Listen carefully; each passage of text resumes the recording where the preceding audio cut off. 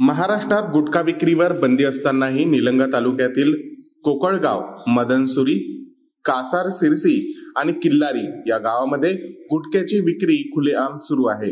बाहेरून रात्रीच्या वेळी येणाऱ्या वाहनांद्वारे गुटखा आणला जातो आणि स्थानिक विक्रेते तो दुचाकी किंवा चारचाकी वाहनांद्वारे गावोगावी पोहोचवतात.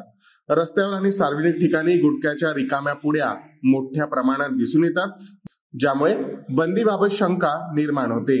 अन्न व औषधी प्रशासन आणि पोलीस विभागाकडून या बेकायदा विक्रीवर कोणतीही कारवाई होत नसल्याने स्थानिकांमध्ये नाराजी आहे. गेल्या काही वर्षांपासून विक्रेत्यांवर कोणतीही कारवाई न झाल्यामुळे गुटखा विक्री जोमात सुरू आहे आणि प्रशासनाच्या दुर्लक्षामुळे बंदी प्रभावीपणे अंमलात येत नाही, अशी परिस्थिती निर्माण झाली आहे.